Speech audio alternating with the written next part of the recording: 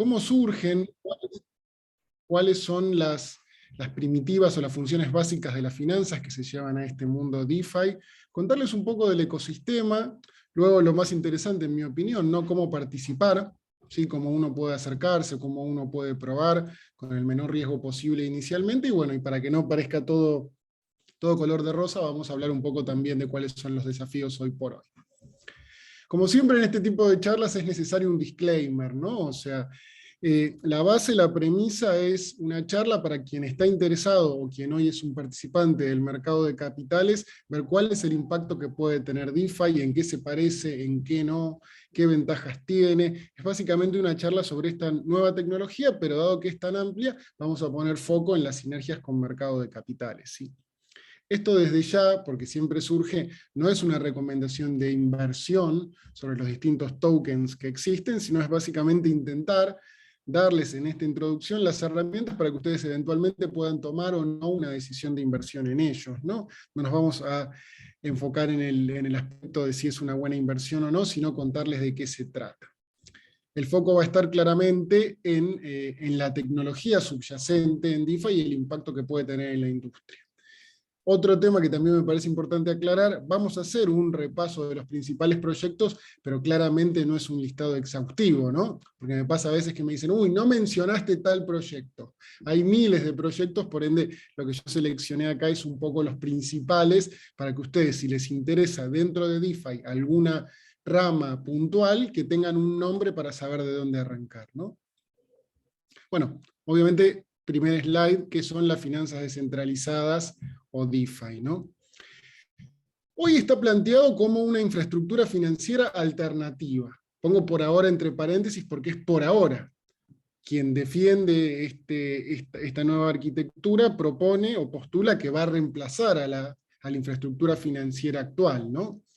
Quien no dice que es una moda pasajera, etc. Por ende me parece como una definición interesante de infraestructura financiera alternativa, las tuberías, la funcionalidad básica que hoy tenemos en finanzas, que podría llegar para quedarse y complementar en un punto medio o reemplazar en un extremo, ¿no? ¿Qué es lo que busca o para qué existen? Porque muchas veces luego de estas charlas la pregunta que surge es, pero bueno, esto ya hoy se puede, ¿no? O sea, porque no vamos a estar inventando nuevas funciones dentro de las finanzas, porque las funciones típicas de prestar, de crear derivados, de asegurar, ya existen desde que existe la humanidad, básicamente, ¿no? Por ende, no vamos a reinventar la relación de uno con el ser humano con las inversiones o con el dinero. Vamos a cambiar la forma en que se hace, esta tecnología apunta a cambiar la forma, trayendo ciertas ventajas, ¿sí? Generalmente se utiliza, dado que denominamos DeFi, finanzas descentralizadas basadas en tecnología blockchain, se utiliza TradFi, se podría decir, para finanzas tradicionales, ¿no? Para separar, para identificar cómo estamos hablando de la forma actual de hacer las cosas versus esta nueva propuesta de hacerlo bajo una arquitectura de DeFi, ¿no? Lo que postula o cuál es el objetivo es permitir crear una infraestructura financiera más abierta, esto es, que no haya quien decide quién puede participar y quién no, interoperable, más transparente, no censurable, esto es que no haya un árbitro que dice vos jugás, vos no, y que sea descentralizada, con las ventajas que esto trae. Lo que para mí es muy interesante, y a medida que avancemos en la charla lo van a detectar, es estos conceptos que son la base de todo lo que tiene que ver con DeFi. Es el concepto de money lego y composability. Composability, que no sé si tiene una palabra en castellano, es una propiedad que se usa mucho en ciencias de la computación, que es la posibilidad de componer una solución desde componentes o elementos bases, ¿sí? Es como decir, por ejemplo, yo podría armar una estructura financiera que permite tomar cierto activo en préstamo, crear un derivado sobre eso, crear un instrumento de inversión colectiva y luego cubrirlo con una opción, ¿no? O sea, vamos a ver que todos estos proyectos parten de la base que permiten integrarse entre ellos y crear nuevas primitivas o nuevas funciones financieras entre ellos. Por eso se habla de Money Legos, Legos, este juego, que son esas piezas que se puede conectar todo con todo, porque uno podría armar cualquier cosa con eso. son bloques básicos para construir el servicio que yo quiera, en donde el límite es la imaginación, ¿no? Y vamos a ver que genera un darwinismo muy interesante, porque surgen continuamente proyectos, y mueren continuamente proyectos, en donde el mercado es quien decide quién sobrevive y quién no, en función del valor que aporta, con una interacción muy fuerte con el ecosistema y una iteración muy rápida entre nuevas versiones, ¿no? Esto se presenta como la verdadera democratización de las finanzas. ¿Por qué? Porque vamos a ver que no está José Banco Central, José Administradora de Tarjeta de Crédito, José Mercado de Capitales, que dice vos podés, vos no, etc. Cualquiera con un teléfono celular se crea una billetera y puede adquirir estos tokens que le permiten participar de los distintos servicios o de los distintos proyectos de DeFi, ¿no? Por ende, se habla de la democratización total justamente por eso. Se habla también de lo que se conoce como la desintermediación total. Esto significa que al haber menos peajes en el medio, o sea, no quiero spoilear nada de lo que vamos a ver más adelante, pero vamos a ver que en las finanzas tradicionales uno tiene un montón de intermediarios, bancos, ALICs, caja de valores, etcétera, etcétera, que dan un servicio y cobran un fee por ese servicio.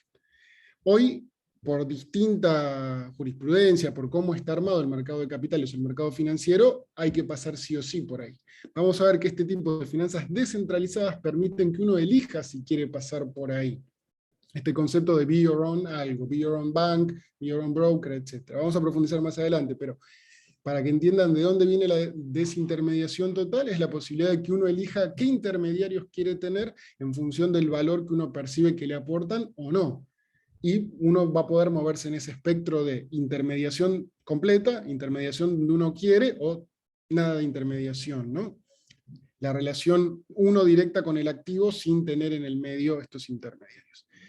Una cosa que es súper interesante, que como es hoy un tema que está de moda, que aporta valor, hay una comunidad de desarrolladores, devs, como se les dice, muy grande, continuamente innovando sobre este tipo de proyectos. Por ende hay una evolución rapidísima. Yo, como les decía, yo trabajo en Primary, una empresa del grupo Matt Barrofex, en tecnología, y trato de dedicarle 1 hora por día a leer qué nuevos proyectos hay, cómo evolucionan, y aún así no me alcanza el tiempo, de la cantidad de nuevos proyectos que hay todos los días, que nacen y que mueren, y que van evolucionando y capturando las mejoras. O sea, es impresionante el nivel de evolución que puede haber en 6 meses. Ustedes, si hoy sacan una foto y miran dentro de 6 meses, es completamente distinto el panorama, ¿no? Y vamos a ver un concepto nuevo, que a veces es en un punto la parte más difícil de entender, que de la misma forma que cuando uno analiza un sistema económico, uno habla de incentivos, ¿sí? Los incentivos a participar, los incentivos a portarse bien, digamos, dentro de un esquema. Acá vamos a ver que existe lo que se llama tokenomics, que son los incentivos que existen dentro de un sistema cripto, en este caso dentro de DeFi, para participar y cumplir nuestro rol, ¿sí? Esa es la forma en que se autorregula el sistema. ¿Cómo se implementan? Bueno, obviamente esto es un tema técnico, ¿no? Como esta charla no apunta a ser técnica, estamos en el club de finanzas, sino en el club de tecnología, voy a superficialmente tocar el tema, pero para darles una idea, para que les sirva para tangibilizar el cómo, básicamente DeFi se implementa, los casos que vamos a hablar puntualmente, sobre la blockchain de Ethereum, que es una blockchain que puede ser que la hayan escuchado nombrar, que es no tan conocida como la de Bitcoin, pero que es una blockchain que permite crear contratos inteligentes de ejecución automática. Un contrato inteligente es una lógica que uno sube a esta blockchain y que se ejecuta sin intervención humana, lo que eso permite que no haya discrecionalidad a la hora de si cumplo o no con mis compromisos. Si yo creara un contrato inteligente que representa un bono, que ante ciertas condiciones paga, etcétera, etcétera, no hay posibilidad de default, porque no hay una persona que decide avanzo o no. Luego, obviamente, hay un montón de detalles respecto al fondeo, si tiene sentido económicamente, etc. Pero la posibilidad de programar contratos inteligentes en una blockchain es lo que me da la posibilidad de crear estos money legos, como decíamos recién, que me permite armar estos servicios, ¿no? Nuevamente, solamente tocando superficialmente temas técnicos, hay estándares como el RC20 y el RC721 que se utiliza para crear estos tokens. Esto que ustedes ven a la derecha, quien no viene de tecnología, es la forma, es una captura de pantalla de cómo se programa un contrato inteligente, las instrucciones que uno le da y que se van a ejecutar hasta el final de los días dentro de esta computadora distribuida que es la blockchain de Ethereum, ¿no? Pero nuevamente, no vamos a entrar en mucho detalle técnico, pero para que puedan tangibilizar, bueno, y esto eventualmente dónde está. Cualquier duda, cualquier consulta, por favor no dejen de mandarla por el chat, ¿sí? Yo estoy cada tanto mirando por si hay alguna consulta o algo no queda claro. Este gráfico me pareció muy interesante porque permite en una sola foto mostrar cómo se estructuran las distintas capas técnicas y de abstracción cuando uno implementa un proyecto de DeFi en general, ¿no? Ustedes van a ver que en el fondo la primera capa, la más profunda o la más técnica, es lo que se conoce como la settlement layer o la capa de liquidación, donde yo voy a tener, como les decía recién, ya lo spoileé, la blockchain de Ethereum y el protocolo nativo, ¿no? Vía ETH. Luego yo voy a tener estos estándares que yo les decía, el RC20 que me permite construir tokens fungibles, como puede ser, no sé, de dólar, de banana, de oro, y tokens no fungibles, que vamos a ver, puede ser que hayan escuchado de los NFTs, vamos a verlo más adelante, que son activos representados vía un token dentro de una blockchain, que son todos distintos. A diferencia de un token representativo de soja, de dólar, de cualquier moneda o de una acción de Banco Galicia, por ejemplo, que son fungibles, yo voy a tener tokens de activos no fungibles que son únicos cada uno de ellos. Y como ustedes ven, cuando paso a la tercera capa, entro a esto que yo les decía, ¿no? Las primitivas básicas de las finanzas, intercambiar un activo, prestarlo, crear un derivado, hacer gestión de activos, y más arriba, esto que yo les decía, puedo empezar a componer entre las distintas funciones y armar nuevos servicios que hasta hoy no se me habían ocurrido, o que en el mundo por fuera, o sea, de DeFi, en el mundo de finanzas tradicionales, podría ser muy complicado porque requiere que instituciones muy grandes se pongan de acuerdo, ¿no?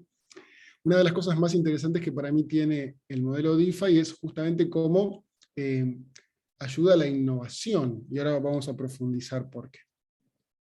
En este slide tan dramático con este efecto, es para contarles por qué se alcanza este grado de innovación tan grande. Como yo les decía recién, es un tema que está muy de moda y que atrae a un montón de desarrolladores, me atrevería a decir a los mejores cerebros que hay en la industria, a trabajar sobre esto, haciendo evolucionar y mejorar los proyectos. Se habla también que el contexto de pandemia, el efecto Robin Hood, que la gente estaba en la casa, que recibió estos cheques de estímulo que Trump en su momento mandó, permitió que mucha gente tuviera tiempo libre y eso lo llevó a experimentar, a probar distintas cosas y creó un caldo de cultivo interesante para que se desarrollara todo esto. Yo les decía recién que si ustedes tienen todas las primitivas o las funciones básicas de las finanzas, intercambiar, prestar, gestión de activos, etc., pueden armar servicios como los que actualmente ofrece la industria financiera o nuevos servicios, donde la imaginación es el límite. Supónganse que ustedes quieren crear una tarjeta de crédito que esté respaldada por un depósito en oro, que a su vez se linkee con una stablecoin que permita cubrirse contra la inflación mediante el uso de, no sé, el precio de la soja, por armar algo bien rebuscado que no podría tener mucho sentido económico. En la vida real, por decirlo de alguna manera, o las finanzas tradicionales, imagínense lo complejo que podría ser armar eso, la cantidad de participantes que involucraría, administradores de tarjetas de crédito, depósitos de activos físicos, bancos centrales, bancos comerciales, muy complejo desde el punto de vista operativo, institucional, etc. Acá es todo posible, uno puede armar lo que quiera. Luego, obviamente, el mercado, y entendiendo el mercado por la cantidad de participantes que pueden optar por consumir mi servicio o no, son los que van a decir vive o no vive, porque si no lo usa nadie no tiene mucho sentido mantenerlo activo, ¿no? Eso es lo que genera este caldo de cultivo que yo les decía. Es muy difícil seguirle el ritmo, yo les comentaba esto, yo le dedico 1 hora por día a leer en Twitter las noticias, las distintas páginas de referencia, etc. Y es muy difícil seguirle el ritmo por la cantidad de servicios nuevos que surgen todos los días, ¿no? Y uno de los factores que en mi opinión hace que avance tanto y que evolucione tanto es que puede ser que hayan escuchado nombrar en algún momento el modelo conocido como open source, ¿no? O sea, cuando quien desarrolla un programa da el código fuente, la receta. Es como que yo hago Coca-Cola y pongo la fórmula de Coca-Cola para el que la quiera reproducir. Eso permite que alguien agarre la fórmula y diga, bueno, le pongo un poquito más de azúcar, un poquito menos, le pongo, no sé, otra cosa, lo que sea, ¿no? Eso permite que al tener la receta, yo pueda cambiarlo como yo quiero. Como yo quiera, puedo modificar el servicio para que sea ligeramente distinto o radicalmente distinto. Pero no parto de cero, parto de un servicio que ya existe, y eso hace que evolucione muy rápido, ¿sí? Es como que está continuamente mutando por los cambios, y eso hace que a la larga uno aumente la chance de encontrar un servicio que realmente agrega valor al mercado y que sea adoptado por el mercado. De hecho, un caso muy interesante que surgió hace poco, interesante para mí, no creo que le haya gustado mucho a la gente de Uniswap, es, vamos a ver un poco más adelante, hay un exchange de activos, un mercado, una bolsa de activos descentralizados, que siguiendo este paradigma de publicar el código, la receta del programa donde se ejecuta este contrato inteligente, una persona agarró esa receta, lo modificó, puso incentivos más interesantes y rápidamente le sacó gran parte de la liquidez de las órdenes que tenía. Es como que vos hoy tuvieras una bolsa, la bolsa de Buenos Aires, y en 5 minutos viene la bolsa de Buenos Aires 2, cobra un fee un poquito más barato y que automáticamente se muevan todos los negocios a esta nueva bolsa, ¿no? En el mundo de las finanzas tradicionales es muy difícil esa portabilidad, porque hay un montón de estructuras, de conexiones que hacen muy difícil que uno se cambie de un proveedor de servicios financieros a otro. Quien alguna vez intentó dar debajo una tarjeta de crédito, cerrar una cuenta bancaria, sabe que es muy difícil lograrlo. Bueno, acá es todo lo contrario, uno puede en segundos mover sus activos de un lado para el otro, donde le den más rendimiento, donde a uno más le guste, lo que sea. Por ende, esto permite que evolucione muchísimo, ¿no? Por ende, la pregunta de la industria es, y lo que se postula quienes apoyan este tipo de desarrollos, es que DeFi, finanzas descentralizadas, podría tener el mismo impacto en las finanzas que el que Internet tuvo en nuestras vidas, en la educación, en la comunicación, en el entretenimiento, etc. ¿Sí? ¿Por qué tiene todas estas ventajas? Si sucede o no, veremos con el tiempo, pero es un tema muy interesante a analizar. Uno podría decir, bueno, qué lindo, pero bueno, esto es teórico, son 3 slides, y bueno, pero esto, ¿cuánto dinero mueve? ¿Existe? ¿Hay volumen en el mundo? Bueno, ustedes, si participan en el mercado de capitales tradicionales, habrán visto que una métrica que se utiliza mucho es lo que se conoce como capitalización de mercado, ¿no? Uno agarra toma la cantidad de acciones que emitió una empresa, multiplica por el precio y dice, esta empresa vale tanto, ¿no? Sin importar quién las tiene, saca capitalización del mercado de esa manera.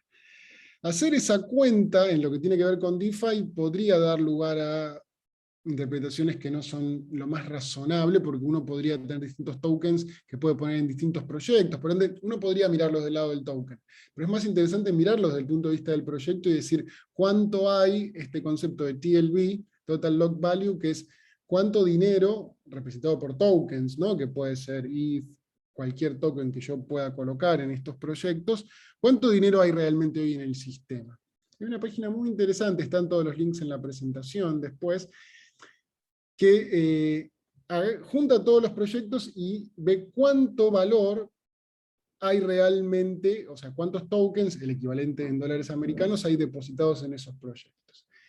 Siempre que doy esta charla, un desafío muy grande es que por la volatilidad que tiene el mercado, estas capturas de pantallas con valores actuales, tengo que sí o sí la noche anterior cambiarlas, porque son siempre radicalmente distintas, ¿no? En este caso puntual, hay aproximadamente 80 billones de dólares, o sea, 80.000 millones de dólares, en este tipo de proyectos, separado, acá hay una captura de pantalla también, tiene una semana de cómo está separado entre lo que tiene que ver con préstamos, derivados, gestión de activos, proyectos en común. ¿Sí? Y acá un gráfico de cómo evoluciona.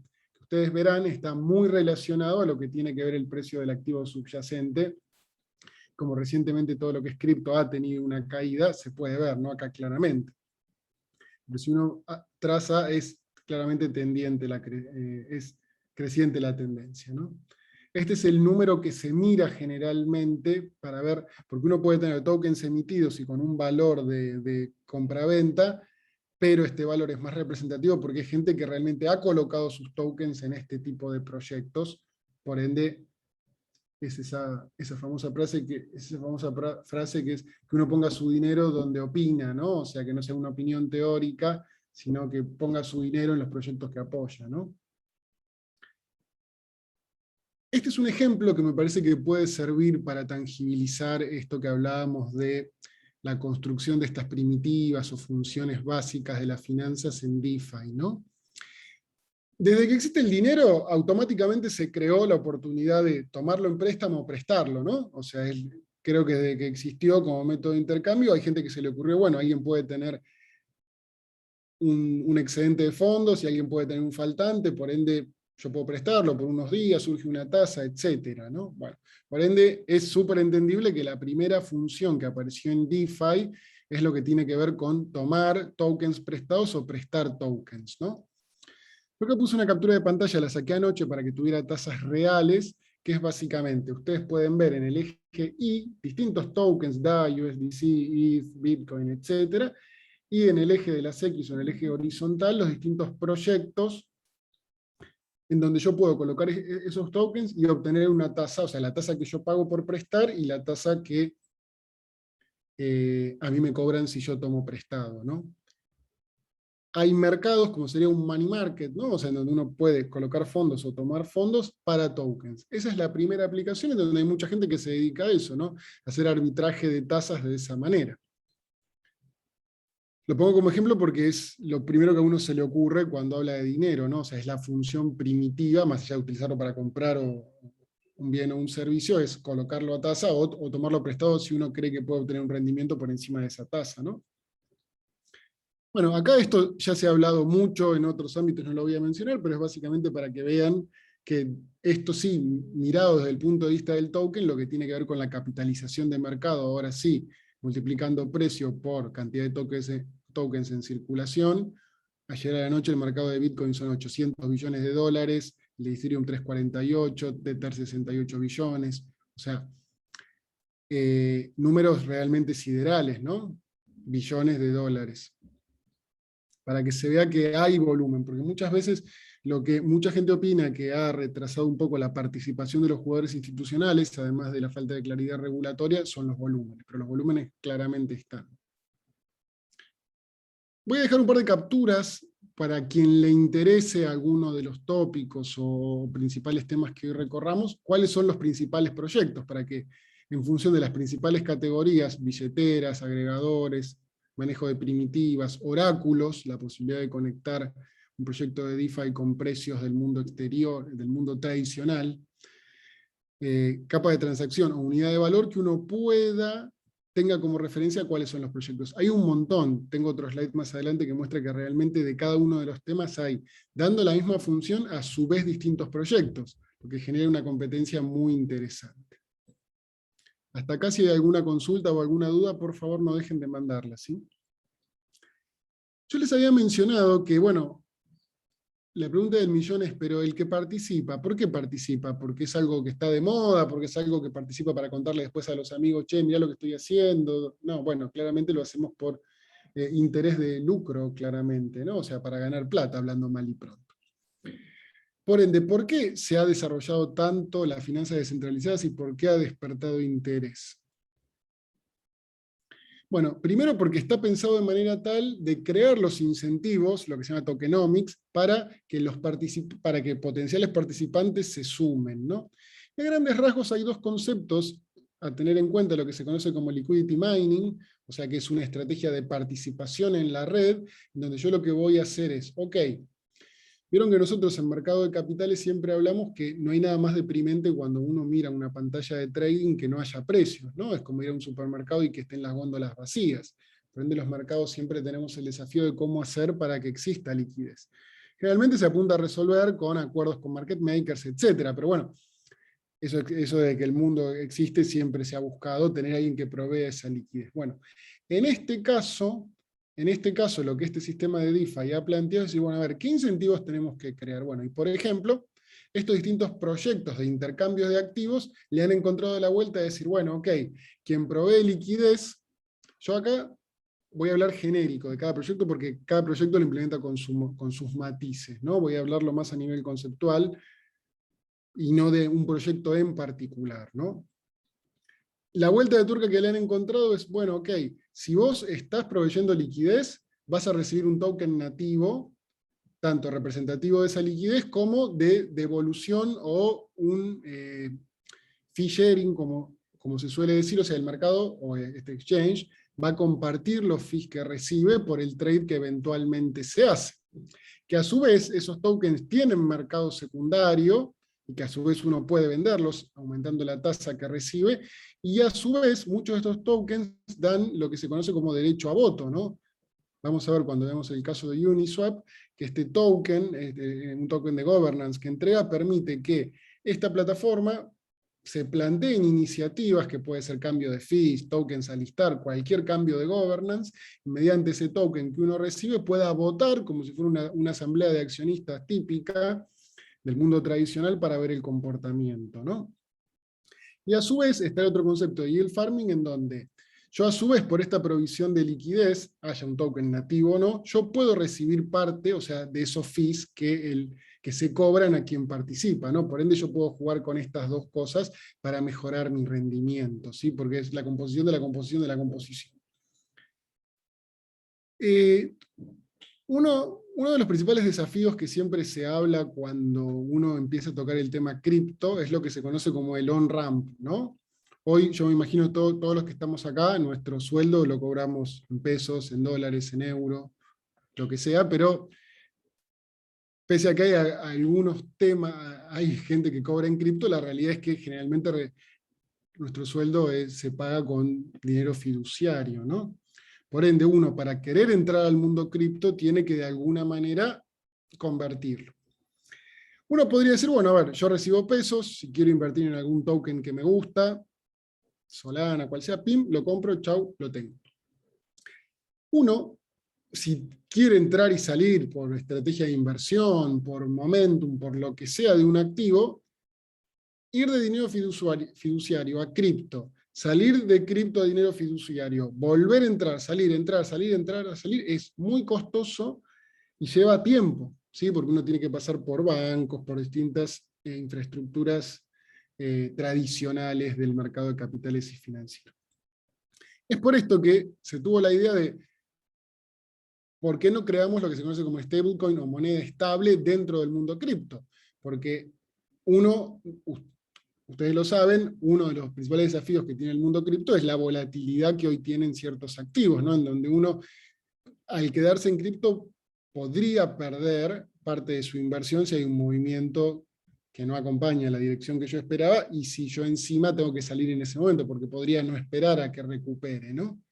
Por ende, uno en ese caso saldría dinero fiduciario, que tiene que pagar también estos peajes que decíamos, ¿no? Para hacer el cash out. Bueno, para encontrar un equilibrio entre esos dos mundos, el de fiduciario y cripto, se descubrieron, lo inventaron, depende de cómo uno lo vea, lo que se conoce como stablecoins, ¿no?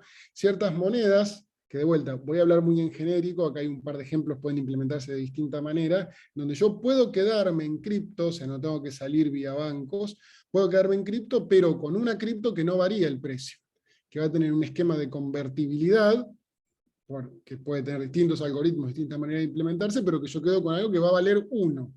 Si yo tenía 1000, voy a tener 1000. Ni va a subir ni va a bajar sustancialmente, ¿no? Puede tener una mínima variación por oferta y demanda, pero mínima, casi inapreciable, ¿no? Eso me permite quedarme en cripto, no salir, no pagar todos esos peajes de costo y tiempo, y poder entrar luego al activo que el día de mañana yo quiera o me guste, ¿no? Me permite quedarme en cripto, pero sin tener la volatilidad. En este slide hay un breve resumen de las distintas stablecoins por si en algún momento quieren profundizar, ¿no? Nuevamente otra captura de pantalla que me pareció muy interesante, no vamos a verlos a todos obviamente, pero para que vean a su vez cómo de cada categoría hay un montón de proyectos. Esta captura debe tener un par de meses, por ende es probable que un tercio ya no existan más, ¿no? Pero para que vean que no estamos hablando de 2 o 3 proyectos, sino que realmente por cada categoría hay un montón. Perdón que se me pasó un poco. Ahí está. Esta, si quieren, es la captura más odiosa, porque acá lo que el autor hizo fue marcar ciertas categorías de funciones de primitivas básicas, ¿no? Dinero, banco central, banco comercial, banca de inversión, intercambio de activos, ALIX, casa de bolsa, seguros, pagos, gestión de activos, ejemplos del mundo tradicional, la Bolsa de Nueva York, Goldman Sachs, ICBC, el Banco Central Europeo, el yen, etcétera, y cuál es un equivalente en el mundo cripto. Y me pareció muy interesante esta captura porque demuestra que para todas las funciones tradicionales que hoy tenemos en finanzas, por lo menos tenemos 3 ejemplos que permiten implementarla, ¿no? O sea, a su vez tenemos opciones dentro de este potencial reemplazo, ¿sí? Siempre hablando del punto de vista técnico operativo, ¿no? Siempre hay cuestiones legales, regulatorias a tener en cuenta, lógicamente, pero desde lo operativo, desde lograr esa función que uno quiere hacer, está la posibilidad, ¿sí? Cada uno de estos es un proyecto que implementa esa función. Algunos proyectos para ya empezar a ponerle nombres, ya mencionamos stablecoin, la más conocida es Tether, DAI, USD Coin, para préstamos Compound o Aave, para gestión de fondos SET, para tokenización SNX, para seguros Nexus, trading Uniswap y SushiSwap, para Oracle Chainlink. Nombres para que ustedes tengan, por si alguno de estos temas les interesa, puedan profundizar en más detalle. ¿Sí? Cada uno de estos daría para una charla de 1 hora o más, ¿no? Pero para que tengan un puntero para, si les interesa profundizar, saber por dónde ir. Un tema, nuevamente, como yo les aclaraba al comienzo, la idea de esta charla es tomarlo en el contexto del mercado de capitales, ¿no? En parte porque es mi experiencia, y en parte porque yo creo que es en donde DeFi puede tener un impacto fuerte, ¿no? Yo les comenté que un concepto que, a ver, que no surge, no lo inventa DeFi, ¿no? Pero un concepto que permite una aplicación muy interesante en DeFi es este concepto de be your own, ¿no? O sea, sé tu propio algo, ¿no? En este caso surgen estos acrónimos de sé tu propio banco, sé tu propia caja de valores, sé tu propia CNB, ¿no? Porque uno puede desde lo técnico operativo tomar esas funciones a la hora de gestión de dinero, a la hora de gestión de activos financieros, etc. Obviamente, nuevamente, estamos hablando desde el punto de vista operativo, siempre hay cuestiones regulatorias, legales, ¿no? Pero desde el punto de vista operativo de realizar esa función es posible. Si ustedes alguna vez operaron cripto, muy probablemente se hayan instalado una billetera, ¿no? Que es una aplicación que está en la computadora o en el teléfono, que pasa a ser su cuenta comitente en una LIC, que pasa a ser la cuenta bancaria de ustedes, que pasa a ser la caja fuerte de ustedes, pasa a ser todo eso, el colchón, pasa a ser todo al mismo tiempo para lo que tiene que ver con cripto, ¿no?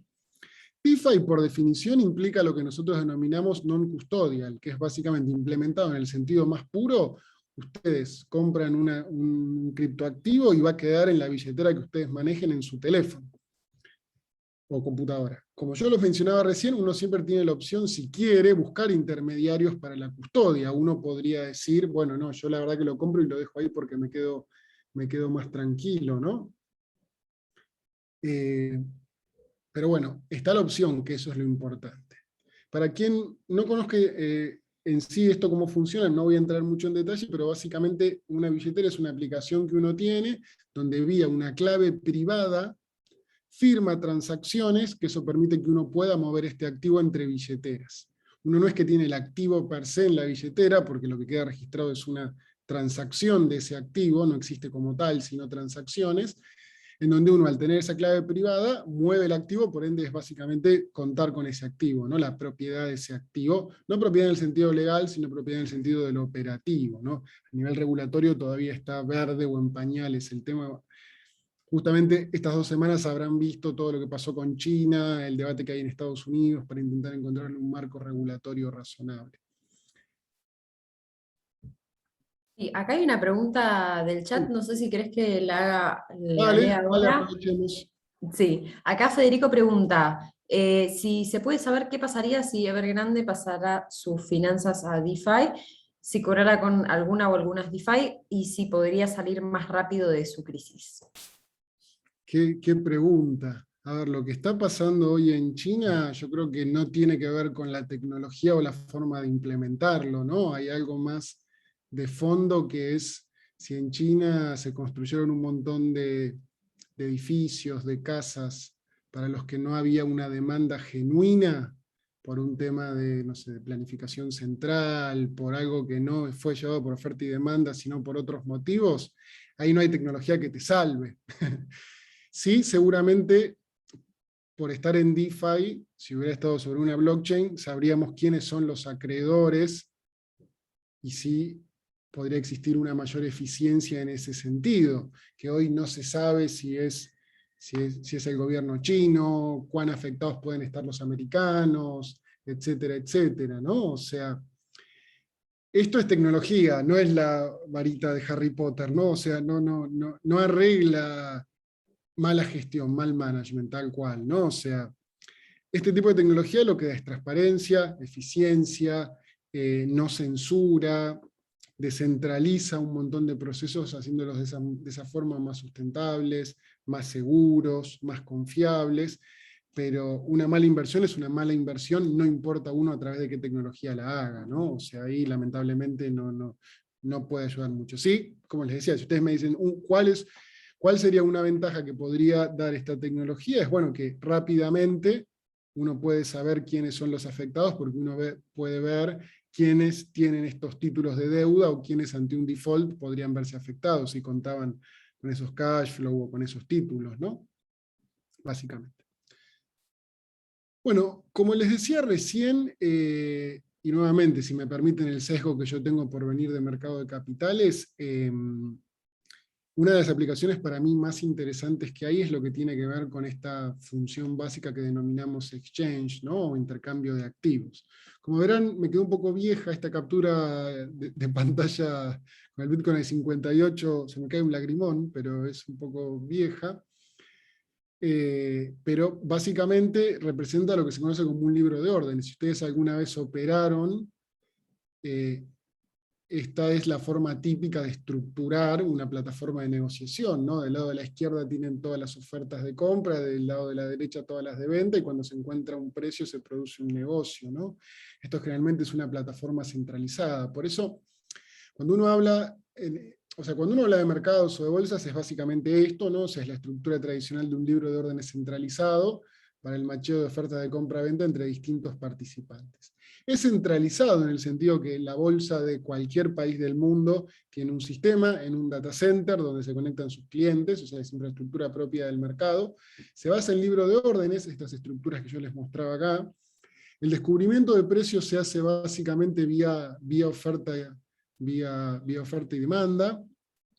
Hay un macheo centralizado y luego se lleva a una central de depósito colectivo o una blockchain, pero es siempre centralizado.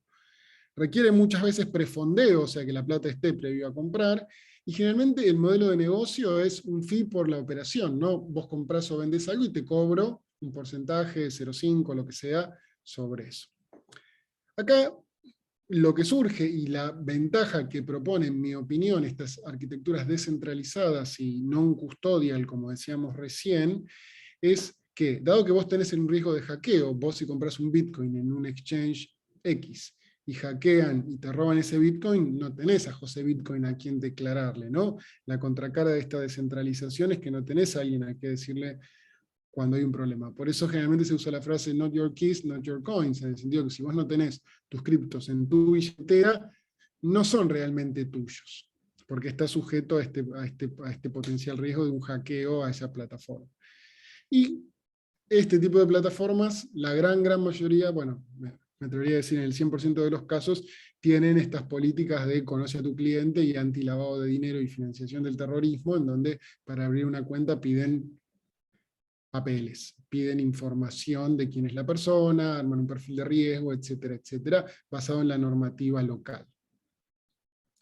Lo que cambia vía DeFi con este cambio de paradigma es que lo que denominamos SEX, que es Exchange Centralizado, Centralized Exchange, aparece lo que se conoce como DEX, o Decentralized Exchange, que es básicamente la posibilidad de intercambiar un activo, el activo A por el activo B, en un sistema descentralizado que corre en la blockchain vía contratos inteligentes, en donde uno básicamente, vamos a ver un ejemplo más adelante, que en función de esas reglas de macheo que tiene, yo me acerco, digo quiero cambiar este activo por este activo, me dicen cuál es el precio en función de la liquidez disponible en ese momento, y me lo cambian, ¿sí?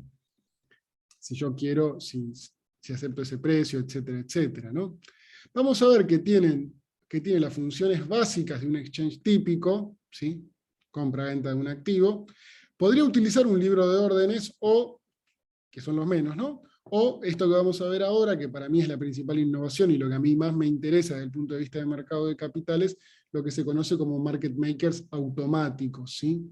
Que están proveyendo liquidez continuamente. ¿Sí? Está disponible el código fuente, lo que yo les comentaba, la receta de este contrato inteligente, o sea, uno puede ver qué es lo que sucede cuando uno opera.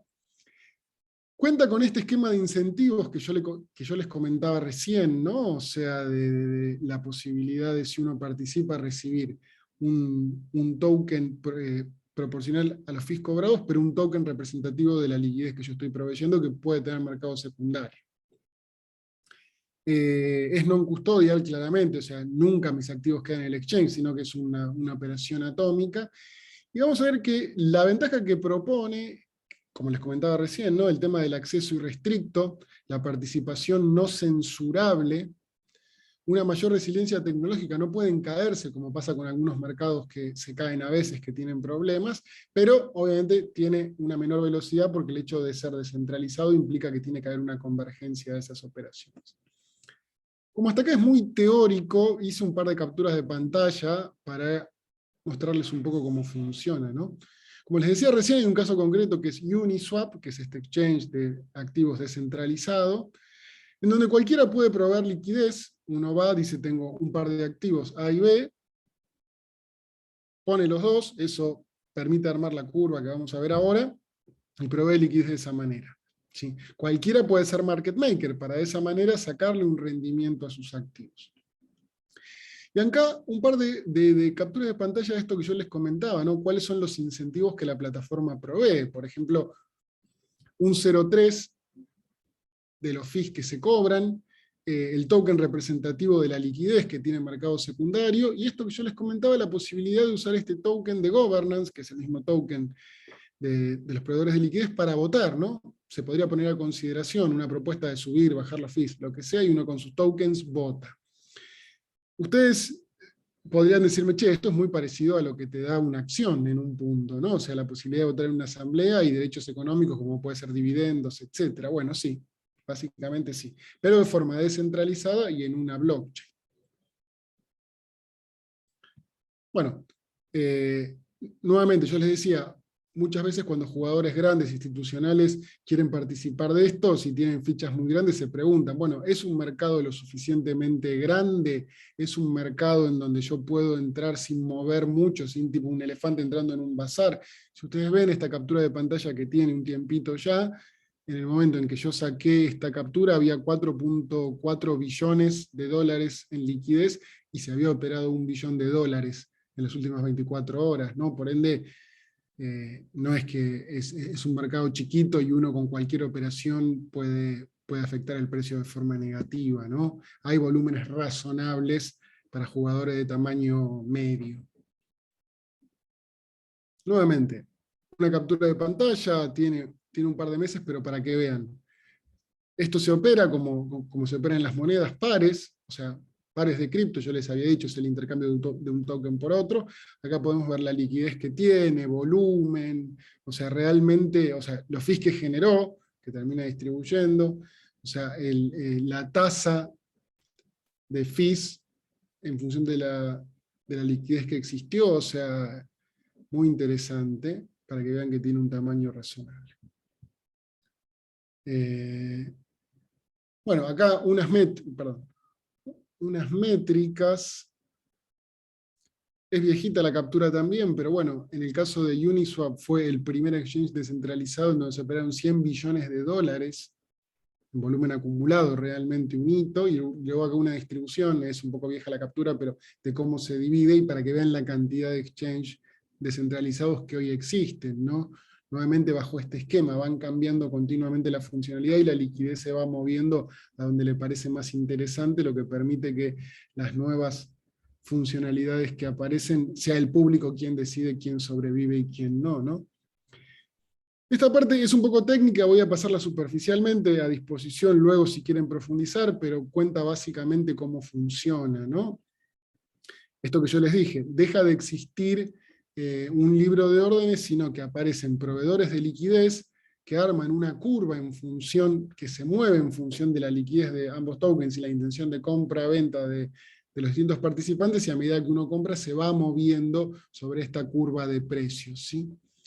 ¿Cómo se mantiene arbitrada? Bueno, porque justamente existen participantes que están continuamente mirando los mercados centralizados, los descentralizados, y en cuanto una persona que demanda liquidez lleva el precio a un punto que no es el precio justo, digamos, este arbitrajista sale corriendo y compra el barato y vende el caro, y de esa manera lo tiene siempre equilibrado. Por ende, yo tengo las dos ventajas que busco: la liquidez que yo necesito y un precio realista, ¿sí?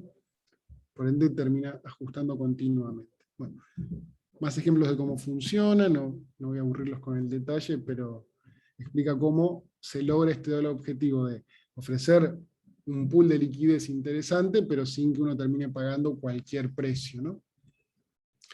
Les había dicho que les quería mostrar un poco cómo era, ¿no? Para que no suene tan teórico. Uno, yo les comenté, se instala una billetera, ya sea en la computadora o en el teléfono, y va a visitar a un sitio web de un proyecto. Yo acá hice una captura de pantalla yendo al sitio web de Uniswap con mi navegador donde tengo la billetera instalada. Yo acá seleccioné, esto es una cuenta de demo, ¿no? Quiero comprar 1000 Ether, o sea, quiero intercambiar 1000 Ether, me da el equivalente de tokens Uniswap que voy a recibir, me cuenta cuál sería el impacto de precio, cuánto yo estaría pagando, y en caso de que yo lo acepte, hace una operación atómica en donde envía el token que yo estoy intercambiando y recibo el token que yo estoy comprando, por decirlo de alguna manera. Es un swap, por eso es Uniswap, de tokens, ¿sí? Y de esta manera yo no tengo riesgo de custodia porque sale el token que estoy entregando y recibo el que estoy comprando, ¿sí? Y de esa manera ese token pasa a estar en mi billetera. ¿Hasta acá alguna consulta, alguna duda? Avísenme por favor si estoy yendo muy rápido, si sé que es un tema complejo. Yo generalmente lo que recomiendo es, pese a que siempre entender los detalles suma, porque permite esa satisfacción de decir, bueno, lo estoy entendiendo, en este tipo de casos, como tiene aspectos técnicos, matemáticos, de sistemas importantes, a veces tiene mucho más sentido enfocarse en los incentivos y en los aspectos económicos que brinda o no, para hacer el análisis sobre eso y no engancharse en la parte puramente dura matemática o de sistemas, que en sí no sé si suma a los efectos de si uno lo encara desde un punto de vista económico-financiero, ¿no? Más allá de que uno tiene que hacer su análisis y ver si es un proyecto confiable, digo, a la hora de entenderlo, puede tener más sentido enfocarlo por ese lado, ¿no? Una pregunta que surge mucho cuando doy esta charla, y por eso lo agregué, es, bueno, che, muy lindo, pero si todos los tokens están dentro de una blockchain, ¿qué pasa cuando yo quiero realmente algo que está por fuera, ¿no? O sea, si yo quiero, no sé, comprar soja y tener todas las bondades, todas las ventajas que yo les comenté. Si yo quiero comprar oro, si quiero comprar dólares que están en una cuenta bancaria, o sea, ¿cómo hago para que eso exista dentro de algo que es meramente técnico, no una blockchain? Bueno, existe, yo les decía, lo que se conoce como oráculos, ¿no?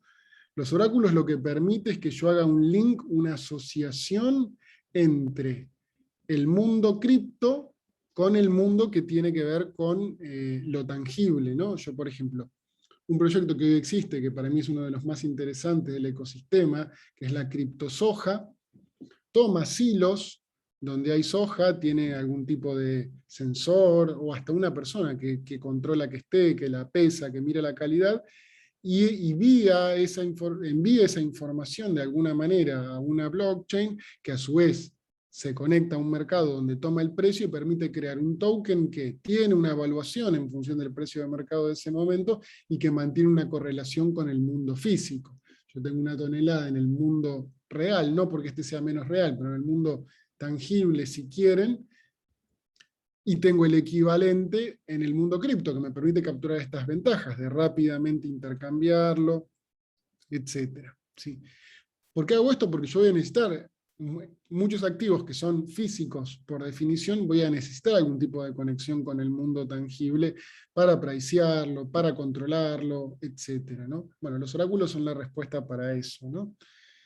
Y hay un montón de implementaciones, les estoy contando de forma teórica, pero hay un montón de implementaciones. El más conocido es el que se llama Chainlink, que es una red de oráculos que elimina o reduce muchísimo el riesgo de manipulación por poner un sistema de recompensas que beneficia al que da precios reales y castiga al que no, ¿sí?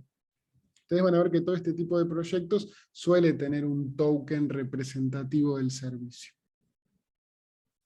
Un tema muy interesante también que es más, me atrevería a decir que aun si no siguen particularmente el mundo cripto, lo tienen que haber visto porque salió en El Cronista, salió en todos los medios no técnicos, no tecnológicos también, es lo que se conoce como los NFTs, los tokens no fungibles. Yo les dije que generalmente los tokens representan algo fungible, ¿no? Yo hago criptosoja, criptodólar, criptopeso, criptoacción de Galicia, y en sí son activos fungibles. ¿Qué significa? Que una acción de Galicia es igual a otra, son todas iguales. Un dólar es igual a otro. Sacando de lado lo de cara chica, cara grande y todo ese tipo de cosas, salvo excepciones muy pequeñas, valen lo mismo, ¿no? O sea, bueno, hay activos financieros o no financieros que no son fungibles.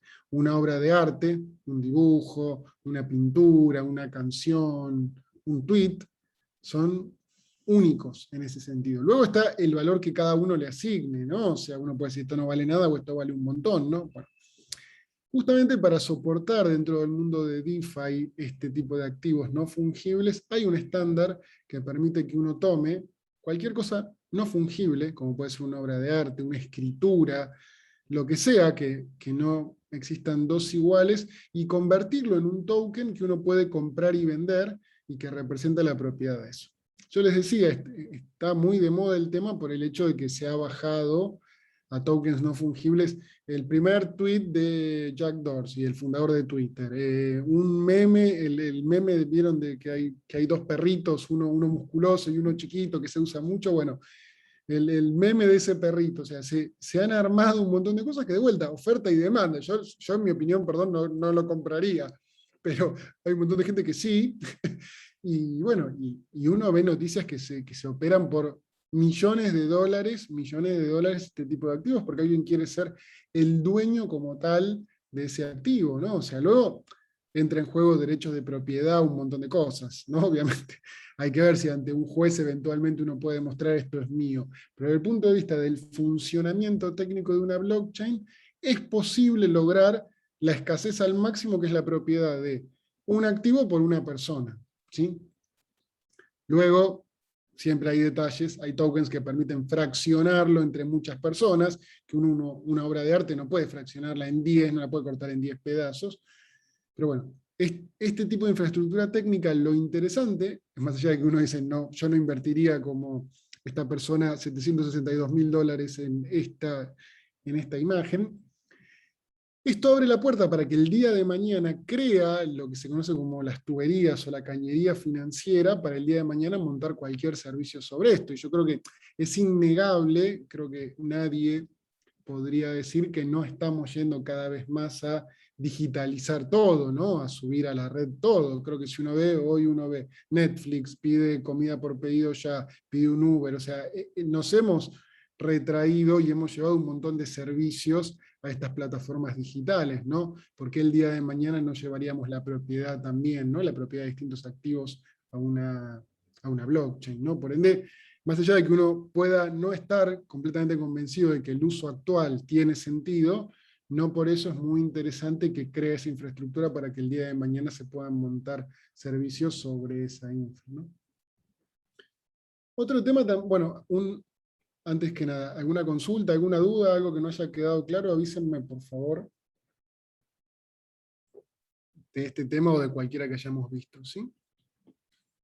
Un tema también muy interesante, como yo les decía, se han, si quiere, copiado, pero copiado en el buen sentido, no replicado, vamos a decir que suena mejor que copiado, las funciones básicas del mundo de las finanzas, como puede ser instrumentos de inversión colectiva. Creo que todos, el que alguna vez haya invertido, seguramente puso plata en un fondo común de inversión, vía su home banking, una cuenta en una LIC, lo que sea, ¿no? Bueno, DeFi permite que uno pueda crear este tipo de instrumentos de inversión colectiva e invertir en ellos, ¿no? Nuevamente, como un fondo común de inversión, non custodial, o sea, uno recibe el equivalente de las cuotas partes, se implementa mediante un contrato inteligente, por ende no tengo nuevamente esta barrera que dice quién juega y quién no, reglas claras y públicas. Yo puedo mirar el contrato inteligente de este fondo común de inversión que me dice cómo invierte. Por ejemplo, 70% Bitcoin, 30% ETH. O sea, y listo, y queda ahí, ¿no? O sea, y uno, eso da transparencia total, lo mismo a la tenencia, a las operaciones que hace, etc. Y permite también la creación de estos índices, ¿no? Acá una captura es un poco, tiene sus meses también, pero nuevamente, distintos fondos comunes de inversión implementados mediante contratos inteligentes que, por ejemplo, este tiene 130 millones de dólares invertidos, la tasa que da, de vuelta, que haya tenido estas tasas en el pasado no significa que las va a tener en el futuro, ¿no? Pero bueno, son datos observables si uno los mira. Por ende, todo lo que hoy hacemos, o casi todo lo que hoy hacemos en finanzas, es posible convertirlo desde el punto de vista técnico-operativo en una blockchain y empezar a construir servicios desde ahí, ¿no? Algo que se está usando mucho también ahora, porque de vuelta alguien puede decirme, che, pero yo cada tanto escucho casos de hackeo, ¿no? Viste, hackearon un servicio, vieron que aparecen estos titulares, le robaron 500 millones de dólares a tal proyecto, si uno dice, chan, digo, mirá si yo invierto ahí, pasa eso. Bueno, justamente como va evolucionando continuamente, existe también una rama dentro de DeFi con todo lo que tiene que ver con seguros, ¿no? O sea, yo envío mis activos a un contrato inteligente, pero ¿qué pasa si falla? Por errores en la programación, hackeo, etc. Bueno, hay empresas que crean pólizas de seguros, donde yo indico cuál es el contrato, un monto, un periodo, y me cotiza. Y de la misma forma que hace cientos de años aparecieron estas aseguradoras que decían, bueno, a ver, es poco probable que se prendan fuego todas las casas de un pueblo, por ende pongan todos un poquito y al que se le prende fuego la casa se la pagamos, bueno, lo mismo concepto, ¿no? Teóricamente. Luego hay detalles de cómo se implementa, los validadores, etcétera, ¿no? Pero bueno, yo todas estas primitivas básicas que existen, yo las puedo replicar vía este tipo de soluciones, ¿no? Hasta ahora ustedes me podrían decir, che, pero qué bueno todo, ¿por qué si es así? ¿Por qué no hay 90 billones de dólares? ¿Por qué no hay 900 billones de dólares? ¿Por qué no está todo el mundo acá en esta industria comprando, invirtiendo acá? Bueno, porque hay desafíos. Como mínimo yo acá menciono un par, ¿no? Uno, la volatilidad que tiene todavía el costo del gas, que es lo que uno paga con Ethereum, o sea, dentro de la blockchain de Ethereum vía ETH, para hacer estas transacciones, ¿no? Lo que uno paga por transacciones. Yo acá puse una captura de pantalla donde yo quería hacer una transacción equivalente a un activo por $100 y tenía que pagar 74, ¿no? O sea, no rendía para ese monto. Por ende, hay obviamente iniciativas para avanzar con eso vía más descentralización todavía y crear esto que se conoce como rollups, que son capa 2 de concentración de transacciones y recién después ir a la blockchain y ahí pagar los fees, ¿no? Como una especie de concentrador y luego llevarlo y ahí pagar, ¿no? Pero bueno, son desarrollos que llevan tiempo también, ¿no? Luego la experiencia de usuario, ¿no? Yo creo que si hoy hay gente que le cuesta usar home banking o una aplicación, imagínense esto, si yo te digo, bueno, una billetera digital y voy a estar comprando, tomando prestado, o sea, tiene sus desafíos, más para quien no está acostumbrado a usarlo, ¿no? Hay temas de usabilidad, performance, seguridad, que exige todavía avances, desarrollos, ¿no? Para que sea más masivo. Y lo que a mí me parece que es el principal desafío a resolver es la claridad regulatoria, ¿no? Yo creo que hoy la industria está esperando más claridad regulatoria para que jugadores más institucionales, compañías de seguros, fondos comunes de inversión, ALICs, fondos soberanos, etcétera, participen más en la industria de forma más masiva y abriéndolo a sus clientes, directa o indirectamente, cuando se sepa cuál es el impacto regulatorio legal, ¿no?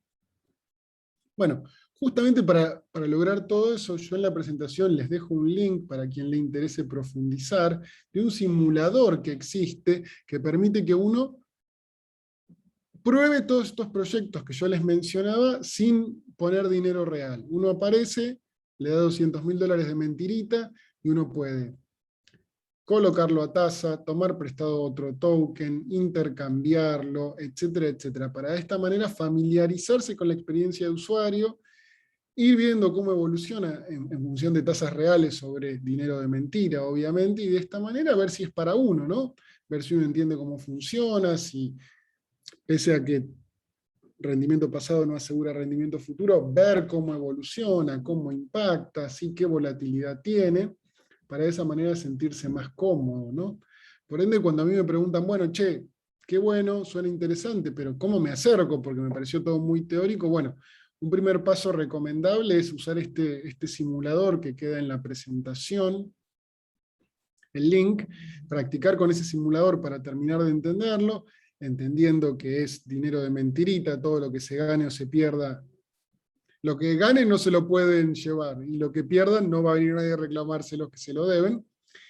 Y luego, si uno se quiere animar a algo real, siempre bajo la premisa de que al ser una inversión nueva, un tema nuevo, siempre hacerlo vía montos que uno pueda perder y no fundirse, básicamente, o no quedarse sin vacaciones, o no quedarse no sé, sin pagar la luz, básicamente, ¿no? O sea, jugar con un monto que uno pueda, que esté dispuesto a perder. Y los pasos típicos es la apertura de la cuenta en una billetera o un exchange que permita comprar Ether, que es lo primero que ustedes necesitan. Crear una billetera en MetaMask, que es la billetera más conocida, conectar la billetera a los distintos protocolos y empezar a jugar, haciendo un swap de un activo contra otro token, pedir un préstamo de un activo, generar interés colocando ese token que toman en préstamo, comprar uno y guardarlo, invertir en un fondo común de inversión, en un SET, como se llama, estos instrumentos colectivos de inversión implementados vía contrato inteligente, para de esa manera ver si es para ustedes o no, ¿no? Y para de esta manera empezar a ver cómo funciona la tecnología. Luego uno verá, en función del análisis de riesgo que cada uno hace, si es para uno este tipo de inversión o prefiere quedarse con ladrillos en el colchón o lo que sea, ¿no? Pero bueno, siempre está bueno saber qué opciones hay y cómo funciona. Me pasé uno, sí. Para ir cerrando, yo lo que me gustaría destacar y que me parece interesante que se lleven, y ahí ya es más una opinión personal mía, ¿no? Yo creo que esta es una tecnología de la que no creo que sea algo pasajero o algo que, bueno, está de moda y que un día va a desaparecer, ¿no? Yo creo que es algo que llegó para quedarse. Sería muy arriesgado decir va a reemplazar a los bancos y a las bolsas. Me parece que es muy prematuro todavía para decir que puede llegar a tener ese impacto.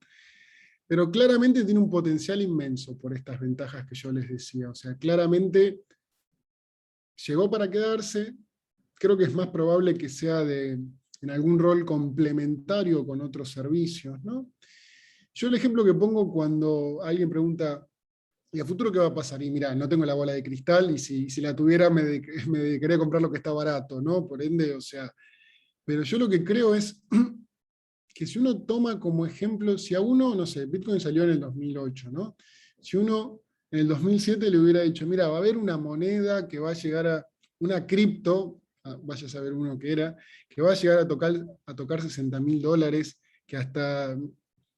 que hasta mi abuela va a saber que existe, o sea, uno hubiera dicho, estás loco. Si uno estuviera en ese momento, crisis del 2008, era impensable realmente, ¿no? Pese a que la tecnología existía en ese momento para implementarlo, hubiera sido muy loco. Yo creo que estas cosas, esta innovación abierta, tiene esta característica de crecimiento exponencial, ¿no? O sea, que cada vez lleva menos que se imponga y que la gente lo use. Un gráfico que vi que realmente me pareció muy interesante es cuando se pone en el mismo eje de coordenadas la curva de adopción de Internet y la curva proporcional de adopción de Bitcoin, por ejemplo, ¿no?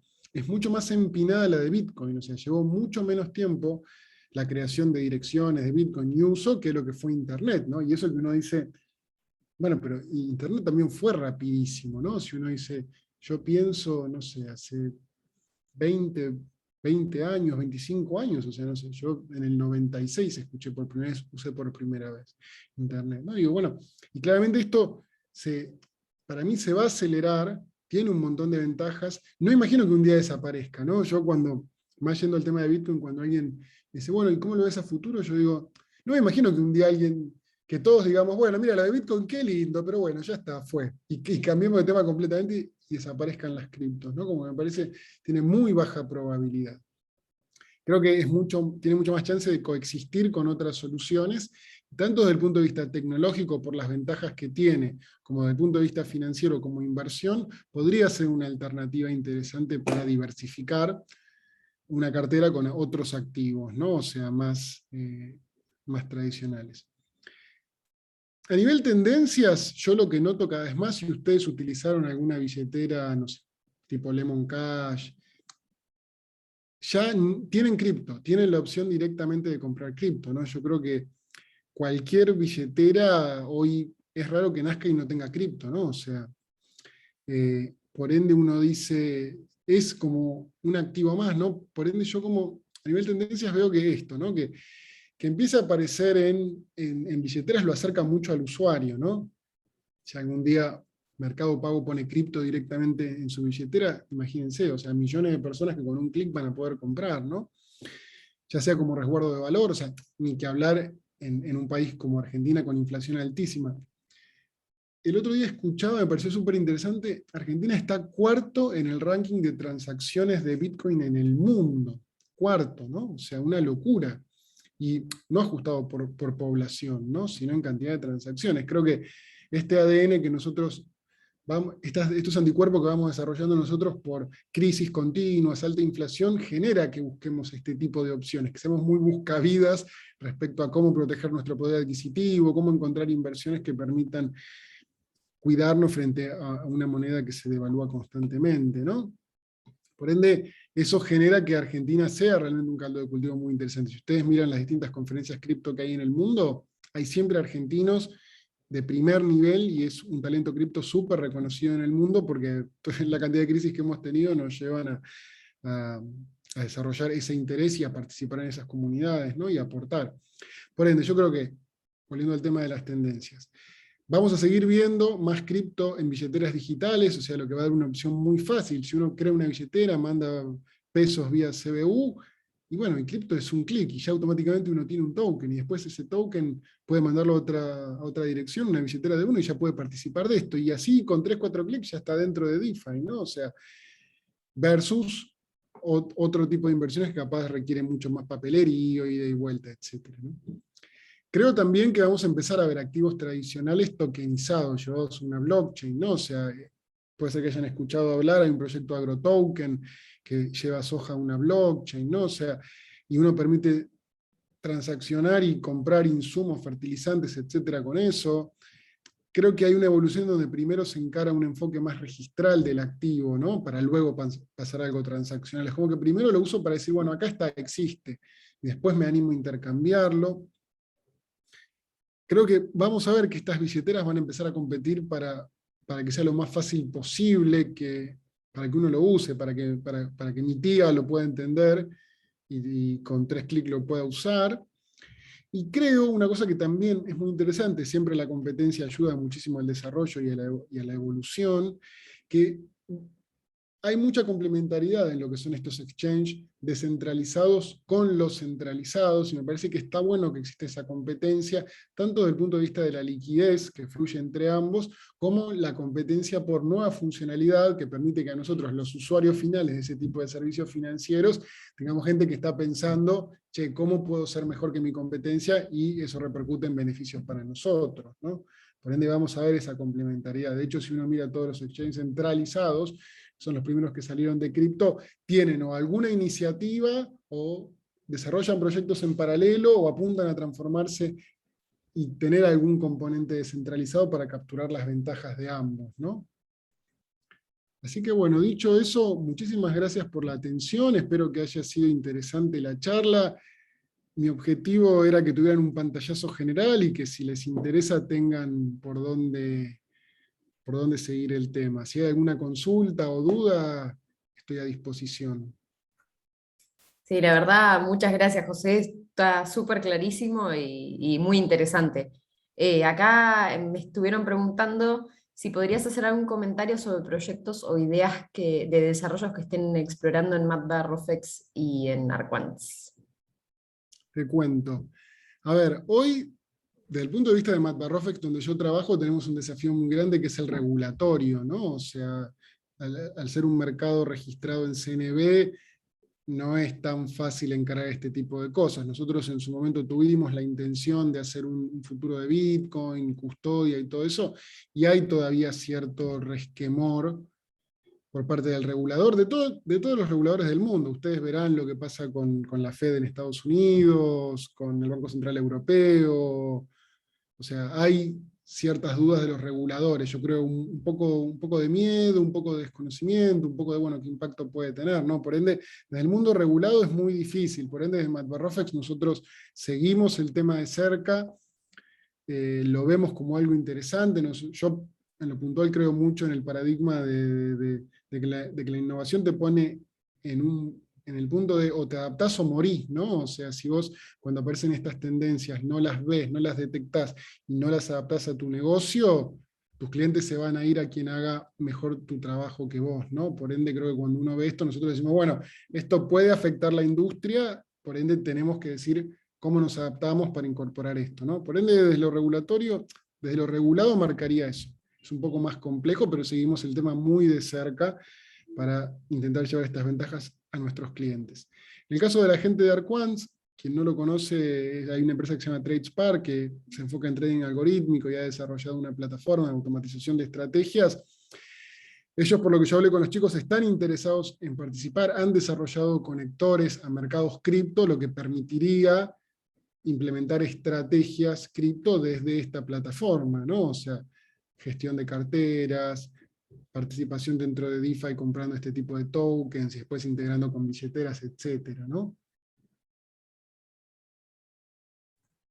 Totalmente. Acá también Agustín hace una pregunta. Dice, muchos analistas argumentan que las cripto no son aún dinero porque no cumplen la función de medio de cambio. ¿Cuál crees que es el principal desafío en ese sentido y cómo y cuándo crees que puede achicarse ese gap? Muy buena pregunta, Agustín, gracias. Cuando uno analiza si algo es moneda, bueno, tiene siempre, bueno, medio de cambio, unidad de medida, distintas propiedades a tener en cuenta. Cuando uno intenta evaluar una cripto, un concepto que se usa muy frecuentemente es adopción, ¿no? O sea, si yo compro un Bitcoin y voy al supermercado y quiero pagar y no me lo aceptan, voy a comprarme un pantalón y no me lo aceptan, bueno, en algún punto alguien puede decir, bueno, esto no sirve, ¿no? Porque no puedo usarlo para adquirir otros bienes y servicios, ¿no? Por ende hay un desafío en la adopción.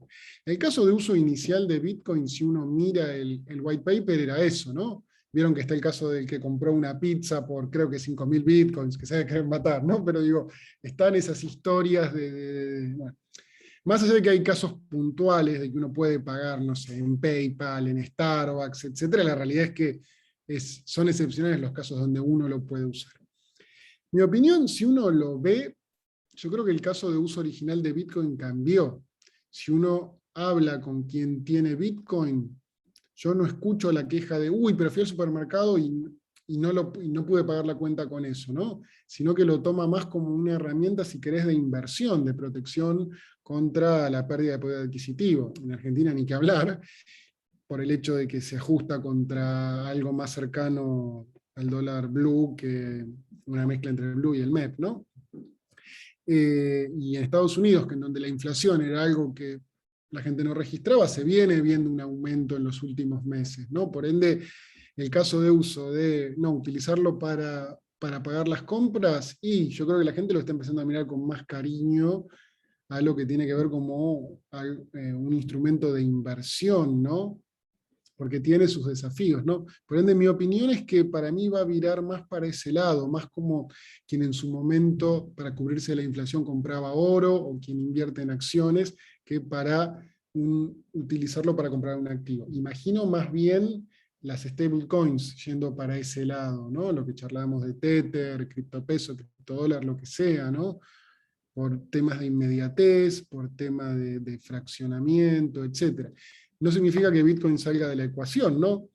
Uno podría tener algún tipo de contrato inteligente que pone tantos Bitcoins, recibe tanto stablecoin de lo que sea, hay algún algoritmo que hace la cobertura de eso y paga con criptopeso, criptodólar, tiene todas las ventajas de hacerlo sobre una blockchain, pero evita el impacto de la volatilidad, ¿no? Buenísimo. Siempre Ahí, eso puede ser, perdón, que más sí. gente empiece a adoptar Bitcoin para comprar algo, ¿no? Digamos, no significa que esto es la adopción máxima, podría pasar, pero yo creo que cambió el caso de uso de un medio de intercambio a un instrumento de ahorro o de cobertura contra la inflación. Gracias. totalmente. Ahí Leandro levantó la mano, no sé si querés prender el micrófono directamente. Sí, ¿qué tal, Ornella? ¿Qué tal? Un gusto, José. Mira, mi pregunta venía por el lado de las acciones tokenizadas. Yo no estoy en este mundo de las cripto y las DeFi, pero sí había leído que creo que Tesla había tokenizado acciones. Y te quería preguntar acerca de eso, ¿qué son realmente? Bueno, ahora, después de esta charla, entiendo que es una representación digital de las acciones que ya están emitidas y en circulación, ¿es así? Tal cual. Yo ahí te respondo, como decíamos recién, Sí, hay dos dimensiones, ¿no? Por un lado, uno siempre tiene la dimensión operativa. La dimensión operativa es, ¿se puede? Desde lo técnico, ¿se puede? La respuesta es sí. Luego, yo obviamente, también entran puedo. temas legales. ¿Cómo, perdón? Yo también podría hacerlo, generar un token, no sé, de acciones de Galicia, por ejemplo. Vos hoy técnica, a ver, de vuelta, técnicamente no estoy hablando de lo legal regulatorio, hablo de lo Sí, técnico. Vos de lo técnico podés decir, mira, yo tengo en mi cuenta comitente 100.000 acciones de Galicia, genero 100.000 tokens representativos de esas acciones y yo permito que la gente compra o vende y queda respaldado por acá. Vos tenés las 100.000, hay 100.000 tokens, la gente compra, vende, y el día que quiera retirarlas te dice, dame los tokens, te doy las Galicia, chau, listo. Desde lo operativo técnico es viable. Desde lo regulatorio, hoy eso no es posible. Por eso, lo que suele pasar, esto que vos decías de las acciones de Tesla, etcétera, hay exchanges que han hecho eso, han creado tokens representativos de acciones, sí. y vino la SEC, que es la CNB americana, y le dijo, che, perdón, ¿qué estás haciendo? Y automáticamente dijo, bueno, esto está disponible para todos menos los americanos. Porque generalmente ese es el enfoque, como el regulador americano es el que más presión mete, y dice, bueno, si no sos americano no lo puedes usar. No porque los otros lo permitan, porque capaz los otros no son tan agresivos en el planteo de esto como viene, ¿no? Por eso yo separo. Desde poder, vos técnicamente podés agarrar cualquier activo, llamarlo acciones, bananas, oro, una acción de Galicia, 10 floreros, lo que vos quieras, decís, Sí. quedan acá resguardados. Obviamente el riesgo pasas a ser vos, ¿no? Porque quien compra ese token confía en que vos, si decís que hay 10 y que van a estar siempre esos 10 ahí. Y cuando yo venga con el token, te entrego el token y vos me das la acción, el florero, la banana, el oro, lo que sea, ¿no? Claro, porque yo lo que pensaba, digo, en el otro extremo es para, suponete que se pudiera o haya un poco más de flexibilización regulatoria. ¿Para qué una empresa saldría a cotizar en bolsa y tiene que cumplir con todas las regulaciones y obviamente los gastos que eso le genera? Digo, directamente armo una sociedad, emito las acciones, las tokenizo y lo que negocio son los tokens. Y no voy a ninguna bolsa, no voy a Bima, no voy a Matva, no voy a NICE y listo. Bueno, hace un par de años surgió lo que se llaman los ICOs, ICOs, que hacían Sí. básicamente lo que vos decís. Salía Ah, un proyecto, lo que fue, decía, bueno, mirá, este es mi proyecto, es mío, yo saco 100.000 acciones, hago un mercado primario, las puedo vender, no sé, a $1, y después mercado secundario, arréglense entre ustedes. Desde el punto de claro. vista operativo, y suena completamente lógico, desde el punto de vista regulatorio, el regulador dice, suena muy lindo, pero ¿qué pasa si el día de mañana le venden a un viejito que no entiende nada esto, carísimo, y pone todos sus ahorros y no tiene para comer? ¿No? El regulador dice, una de mis funciones es proteger a los inversores. Obvio, Entre sí, dos, sí. como, y lamentablemente muchas veces pasa eso, que cortan algo que para alguna gente le hubiera servido, porque es un inversor sofisticado que puede investigar, por proteger a alguien que podría no ser sofisticado y caer en engaños, ¿no? Por eso a veces lo que se Sí, sí, usa va es en un contra enfoque. totalmente de la transparencia del mercado, de todo lo que se viene avanzando en regulaciones, obviamente, pero Yo sí, quería una entender, paradoja, iba el concepto, digamos, más que nada, sí. claro, yo una paradoja que veo y que a veces es confuso, que me sorprende que los reguladores no lo vean, que es, no hay nada más transparente que hacer algo en una blockchain. O sea, es el sueño del regulador. El regulador puede mirar la blockchain y saber qué está pasando en tiempo real, que si uno mira los sistemas tradicionales, no necesariamente sucede así, ¿no? Si no, no habría escándalos y cosas, ¿no? Por ende, paradójicamente, la blockchain brinda muchísima transparencia por la propia definición. Por ende, un regulador, en mi opinión, tendría que estar feliz de que cierta actividad se lleve a una blockchain, porque podría haber absolutamente todo. Pero bueno, se juntan muchas cosas, temas geopolíticos, temas capaz de desconocimiento, temas que, a ver, por definición siempre la regulación corre por detrás de la realidad, ¿no? Primero sucede el hecho que tiene que ser regulado, ¿no? O sea, por ende hay como una convergencia lenta en eso. Yo creo que dado que esto llegó para quedarse, todo el tema cripto llegó para quedarse, tarde o temprano va a tener que haber una definición regulatoria en ese sentido. Pero como siempre, lo óptimo es que sea una regulación que fomente la innovación, que fomente el mérito, la creatividad, el esfuerzo, y que proteja a los más vulnerables que podrían no haber escuchado esta charla y no hacerse las preguntas de si qué es esto, de dónde sale, tiene sentido o no, ¿no? O sea, el desafío es encontrar ese equilibrio siempre, que yo creo que a la larga se va a alcanzar, pero lleva tiempo. A ver, es un poco, a ver, sé que siempre vuelvo a ese ejemplo, pero es un poco cuando apareció Internet, ¿no? O sea, que era una cosa que vos decías, ¿qué onda esto? O sea, ¿hay que regularlo? ¿No? ¿Cómo? Hubo que equiparar lo que era el mundo virtual de Internet con la realidad, ¿no? O sea, un ciberdelito. ¿Qué? ¿Existe si pasa en la red o no? Claro. Bueno, acá pasa un poco lo mismo, hay que encontrar un equilibrio. No te digo un enfoque hiperliberal, estilo Milei, que cada uno haga lo que quiera, porque la realidad es que si vos sos una persona informada, muy probablemente tengas la capacidad de hacer lo que vos quieras y tengas el criterio, la conciencia, el sentido común para analizar los riesgos, pero también tenés gente que no. Por ende tenés que crear un marco de protección en donde vos defiendas los derechos de la gente, la libertad, la independencia, pero que protejas a quien no puede hacer ese análisis, ¿no? Por ende siempre ese equilibrio es difícil y corres el riesgo de irte a un extremo o al otro. Perfecto. Muchas gracias. No, por favor. Bueno, no sé si hay alguna otra pregunta, cualquier cosa pueden prender directamente el micrófono o escribirlo. Pero bueno, si no, ya cortamos acá.